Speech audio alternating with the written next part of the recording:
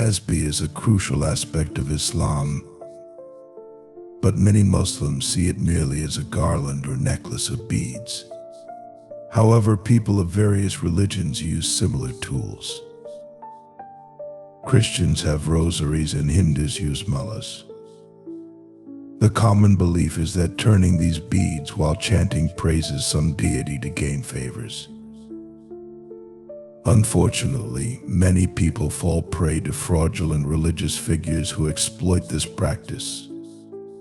Some Muslims count praises to Allah on their fingers, mistaking this for true tasbih. The Quran and linguistic sources define tasbih differently. Tasbih means to swim, to immerse oneself in knowledge and to continually engage in it.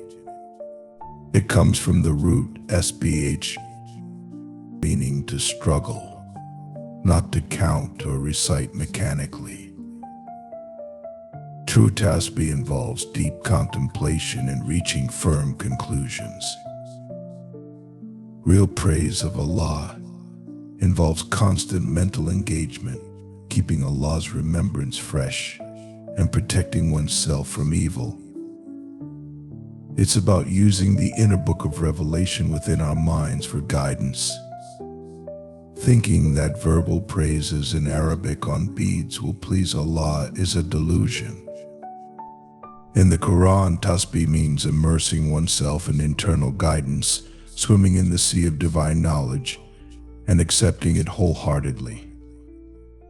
For example, in Surah An-Nur, verse 41, even birds and animals are always in tasbih, following Allah's guidance naturally without verbal recitations. Tasbih means knowing Allah, recognizing Him, and living according to the Quranic knowledge within us, 24 hours, 7 days a week. Instead of copying others, we should focus on our own inner guidance. Many people, however, sell second-hand knowledge as divine guidance, which is misleading. Obtaining guidance from within is furqan, and engaging with this knowledge is tasbih. It calms restlessness layl, as mentioned in Surah 76, verse 26. Engaging in remembrance of Allah in such states is true tasbih.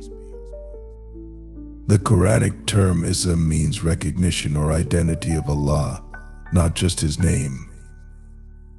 Tasbih by ism means turning to Allah through knowledge and recognition, not through beads. Recognizing Allah involves self-awareness and understanding. Surah 87 verse 1 emphasizes knowing Allah through knowledge, connected to self-recognition.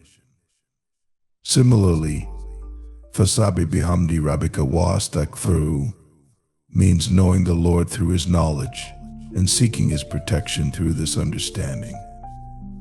Tawab means returning to oneself, underlining the importance of knowledge.